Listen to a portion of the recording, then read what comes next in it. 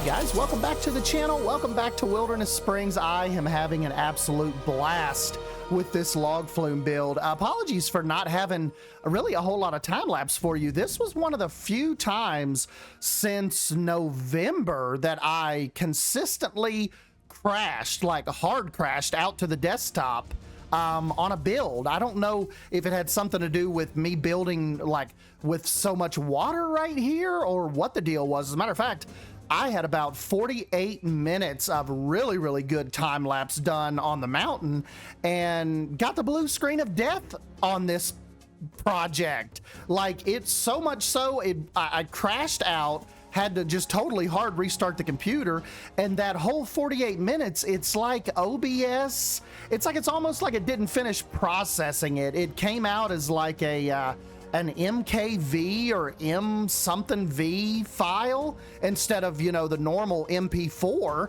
And it was just like Adobe, I tried to convert it to an MP4. It was just, Adobe was recognizing it as like a corrupted file. So I don't know if that happened because, you know, we were building and in the middle of a recording session, and I got the blue screen of death, you know, please wait one moment while we're gathering. And when I got the computer booted back up, that whole OBS file was corrupted. So this is kind of like a little bit past that. And it could have been my fault too. I kind of had like YouTube playing in the background. You know, I'm playing the game. I had a bunch of stuff going on in the background, like I typically do. But for whatever reason, this little build has given me a few issues with respect to recording, but nonetheless, we've got it going. I am really involved in this now. Was thinking about tweaking the fire story and making it just more exclusively about the Bigfoot, because also too, I was kind of thinking going up and down waterfalls and just the whole premise of getting cargo to the top of a fire tower and it not being an actual vehicle. I just felt like the cohesion of the story didn't make much sense. But if we, you know, kind of flip it as you're on an adventure to look for Bigfoot, i.e., you know, Legend of Thunder Falls, kind of where Bigfoot lives on this mountain range, I think we can still run with that. Very cool. And even I was thinking at the end, maybe have your almost like Jurassic Park river adventure moment where you escape the Bigfoot by descending down this 55-foot drop down the waterfall, and then kind of, you know, Tiana's Bayou Adventure Splash Country vibe, you weave back around into the mountain, and, you know, there's this big rescue party that's all happy that you made it back, and, you know, and then you kind of make your way back into the station. So I still think there's a lot of room for the Bigfoot story, not necessarily much room for my fire tower story. So I think, I even think the name is cooler than things that I was thinking with the fire. You know, Legend of Thunder Falls, like that just seems like, what the heck is going on up here? I gotta go ride this. You know, right there you just saw the little entrance portal that's kind of gonna pull you to the land, and went through a bunch of different iterations with the path. Ended up, you'll see here in a second, I stole the path from the front of my water park, which I think could be like a cool little Easter egg for maybe people that don't ever watch this video or don't watch this time lapse and just maybe come along, you know, later on down the line. This path matches the water park path, and it ended up working. It was so creepy. Like, it works so well. It was like, it was meant to be here. So I kind of got rid of all of the little area that, you know, little idea that I had for the you know, custom path here. And you can see right there that I've lost some more footage, and I've kind of flipped over here to this side.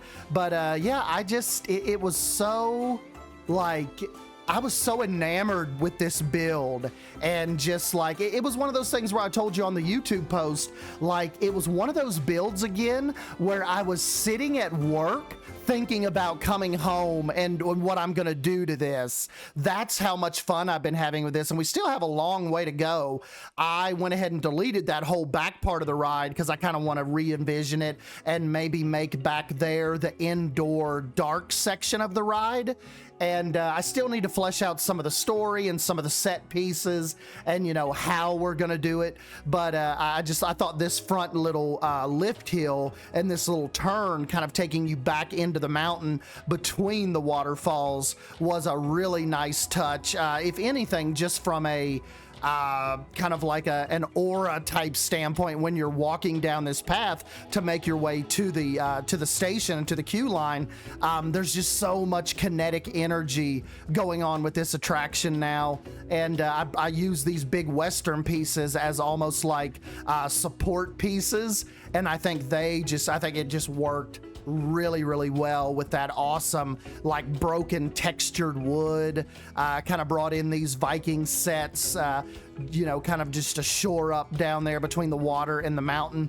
And it is just, it's coming along. I'm sorry it's taken this long to get a video out, but I've literally just been coming home and not being able to stop myself from building. This whole little area just has such a presence to it now, and I think we are doing this area so much better justice than I could have if we went the car ride route right now, while I'm just kind of so unseasoned with that.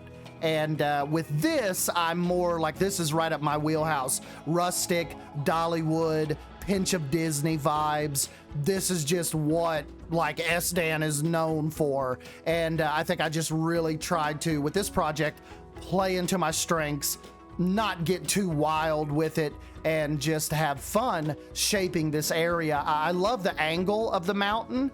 I think it works really well, like when you're leaving the Phantom Manor area and it's kind of pulling you over here off to the right.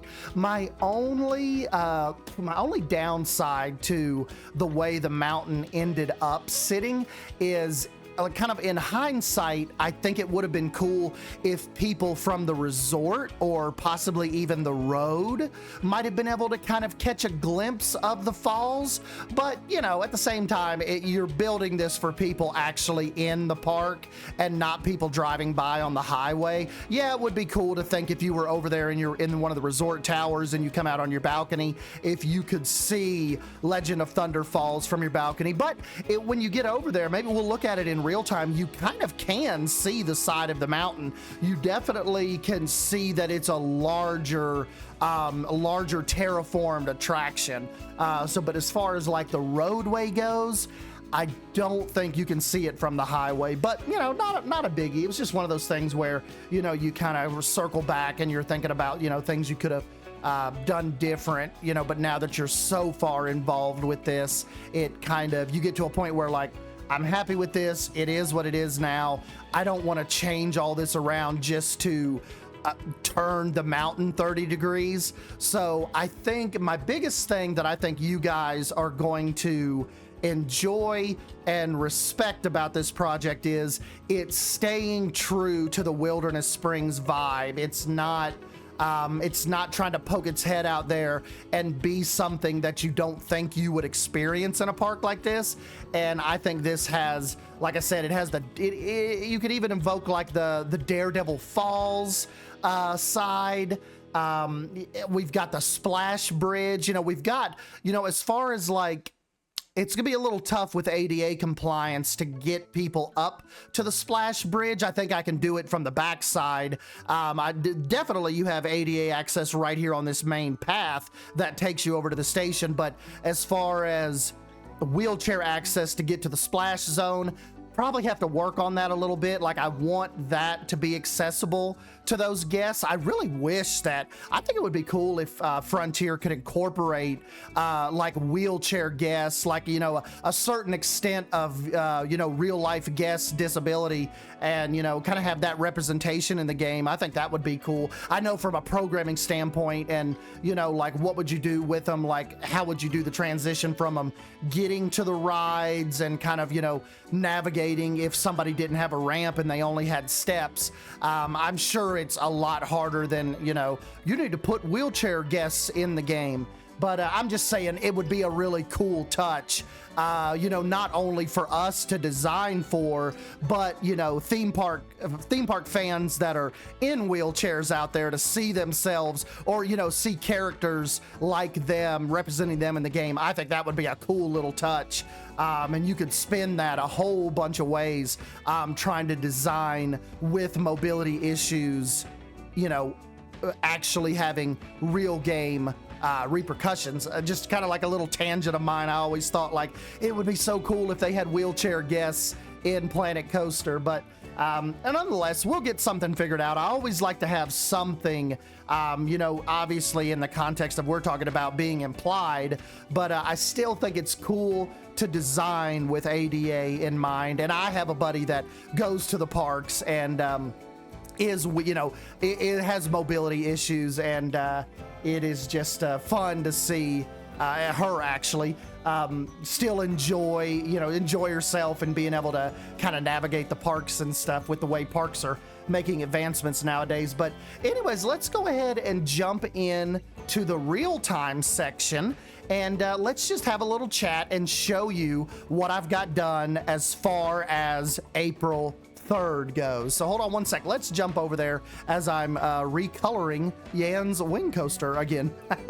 All right, guys, didn't this whole little area just turn out awesome? Got the little sign right here, Legend of Thunder Falls, kind of just, you know, as you're making your way into the entrance area here. You've got the big falls kind of towering over the whole area. And, you know, like I said, you've got your splash zone here. So this is your splash bridge. You are 100% getting soaked if you stand right here. And yeah, this whole little area, like I kind of wanted like a little relaxation area. I wanted to get some larger trees over here for some shade. We've got bathrooms. We've got little benches and different little areas, maybe like parents could sit, or maybe people that don't want to go on the water ride still have an area kind of over here in you know, Thunder Falls area that they can kind of hang out in while they're waiting on their people to get off the ride. And this is like the first little, like I said, the little curved entrance area right after the first lift hill. This is going to be the whole station area. We'll get a queue going, and back there, that's going to be like, I think, the indoor dark, you know, the dark section. Still got to figure out some story behind that, what we want to do. And I think this would be cool. Like, you know, when you're rounding this corner here, you will eventually see people that are going down the big plunge, kind of getting you scared seeing that when you're passing by. This is one of my favorite waterfalls that I've done in Planet Coaster 2 so far. And one little tip I have is these little rocks right here. This, your Teja Rock 10. Having that right there, kind of like where your main splashdown is, I think really enhances the effect of the waterfall. Like, see how much better that looks? Like, just having a couple of those rocks kind of sticking out up over the water, I think it just makes it look a lot more believable. And you can see I actually did that down here at the bottom of this side of the falls as well. And like I said, I just think that helps a lot, just making the waterfall area look more believable. And yeah, right here, this is like a, you know, I figured this would be a good open kind of picture moment with the falls in the background, and really all down through here. As you're walking down through here. And, you know, anybody, of course, that doesn't want to get up onto the bridge and actually get wet before they go on the ride, you've got this regular path that kind of makes its way over here to the what's eventually going to be the queue area with standby and fast pass, and, you know, who knows what all we'll have going on over here behind the Waffle House. And this is really back here. This is the ride's essentially the first drop. So they'll drop out of the mountain, and I'm thinking basically into the show building. They'll drop into a dark woods, dark forest scene where for the first time things start getting a little eerie. Like, you know, they're And, you know, like the story doesn't have to be they're looking for Bigfoot. It could just be they're on an adventure or an expedition and things start going a little haywire once they make that first drop into the show building. I'm thinking like started out in like a darker set of woods, and everybody, you know, you like the ride is like, you know, like maybe the onboard audio is implying like, what are we doing here? Where have you guys got us? Where are we? We're lost. And kind of just run the story from that moment. And I think we could do a lot of fun stuff inside a dark ride setting, kind of like you, because I know I let you guys down with Phantom Manor and not doing an actual dark ride in that facade, just kind of having it be implied. A little bit different though, I think with Legend of Thunder Falls, with it not being so on the spooky side of things as more as on the nature, cryptid, you know, that side of things, I think we can pull an indoor dark area off better right now than trying to do an indoor mansion scene. I just think this lends itself to the pieces that we have available right now, and I think I can do better storytelling with it, you know, with a dark ride mainly focused on rock work, lighting, and foliage, trees, you know, big indoor wood set trees. You know, like I said, I think it would be cool to do, once we get in the show building, do a bridge breaking section in there with some waterfalls. And then of course, you know, you will eventually, after you come out of the show building, you'll snake your way over here to the final ascent, you know, being chased by Bigfoot up the shaft. And then you will make your final escape down the waterfall and out to safety. So once you make that escape, you'll slink around here, and then you'll eventually make your way back over here just through the side of the mountain. And like I said, I think we'll have like a little rescue party over here that's gonna greet you when you make your way back. So there's a lot of things I think we can do with this as far as the storytelling goes. But one thing I think I knew that we had to nail was this front presentation area. And I think, you know, like I said, I honestly think like this is my best work in Planet Coaster 2 so far.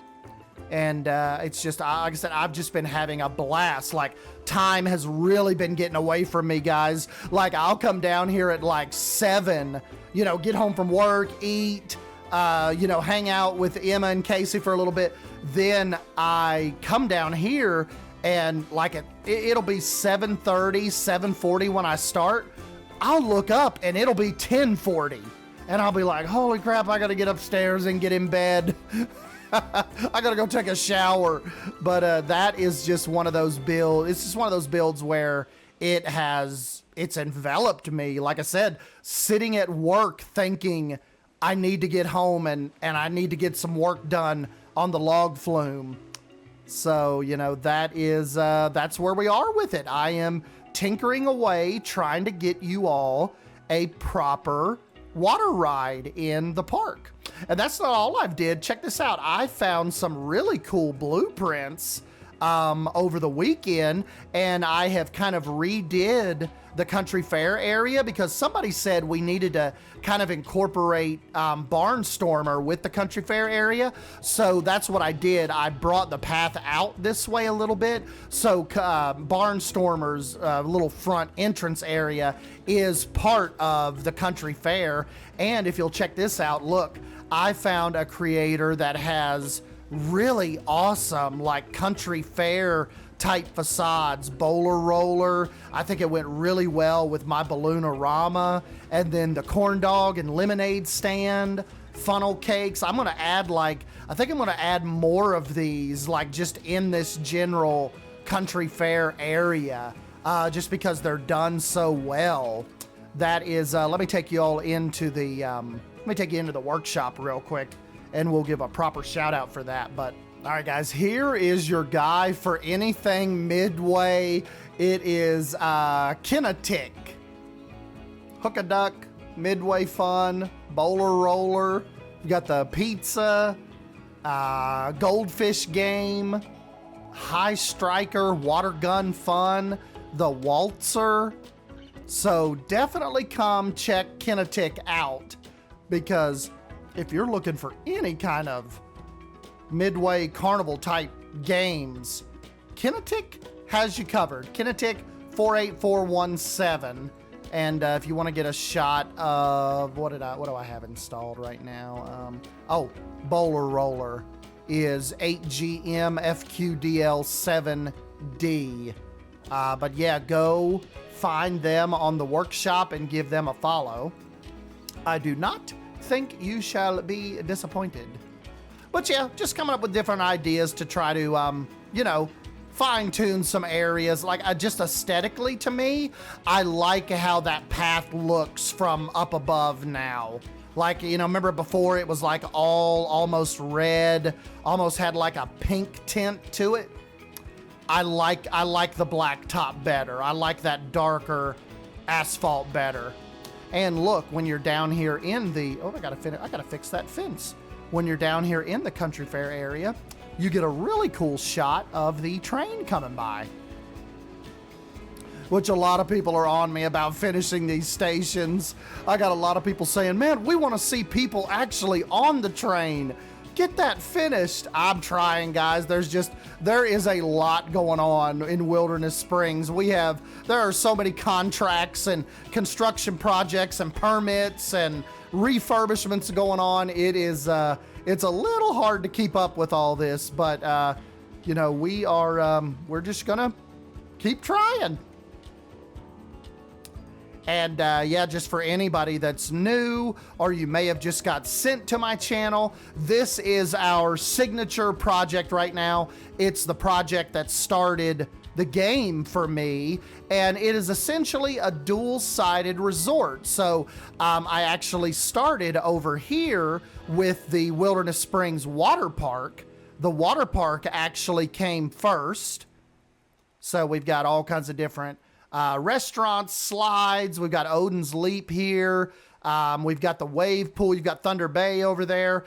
And essentially the property is, it's like an all-inclusive. You can stay right here at the Grand Falls Lodge Resort. So this is like the main big resort right out here off the highway. And you gain access to both sides of the park. So it's all kind of Wilderness Springs property, and it is split by this highway.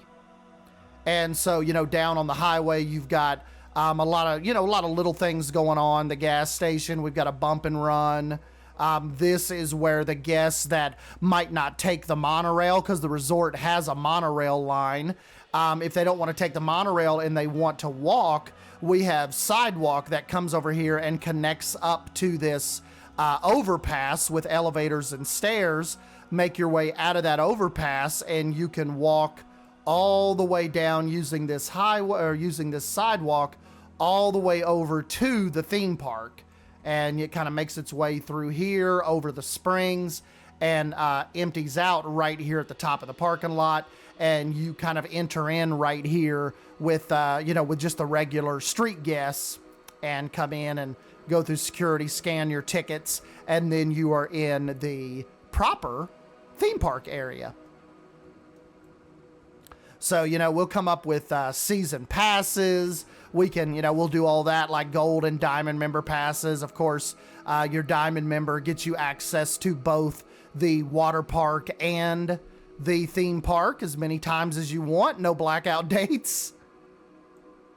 And this over here is kind of like, one of our first themed lands. The Grizzly Gulch area features a minecart ride, and also a indoor dark ride, Phantom Manor. Really, really cool. And to finish out over here, we've got a Helter Skelter little slide over here. Then when you make your way out of that area, we've still got a lot of undeveloped work to do. You've got my buddy Jan, BK's wing coaster, a B&M wing coaster he designed for me for Wilderness Springs. Really, really cool. Definitely adds that bit of thrill ride to the park's roster. And this is Jan's Barnstormer as well. So you've got, we just showed you a little earlier the country fair area. And if you're just now tuning in, this is the newest expansion of Wilderness Springs, Legend of Thunder Falls. So, we know that this would be a very, very high dollar, most expensive attraction in the entire park. But yeah, this is kind of like our newest little endeavor. Started with the light package. Really, really like how this, I just like the whole mood, like the whole vibe of this place. It's like very, very whimsical almost, like definitely some weird vibey stuff is going on over here at the log flume. And this is another one of those things where it's like, people really dog the log flume pretty hard in Planet Coaster 2, and I just think it's like a lot of times I'll see you guys comment like on me out in the forums or on Twitter or on Reddit. You'll say, like, when people complain and say, like, this is dog crap, I can't design anything with this. A lot of you guys will say, go check out S. Dan Wolf. Like, what are you talking about? He's designing one of these right now and it looks killer. So that is kind of what I like doing too, like looking at something that's objectively has flaws, which I think we can't deny. The water definitely needs work with the log flume ride, but I like coming in and trying to see things that maybe a lot of people aren't seeing. I love trying to find potential where people kind of maybe have written things off. And I think that's what we're doing with this. This whole project is showing that you can have fun with the log flume ride if you know how to go about it. There are ways that you can hide the in-game water via, like I'm doing right here. See how I'm like the regular in-game water is kind of just spilling over into the ride. And I think it just looks a lot more natural. I think it looks better. You can see a good example of what the actual water looks like.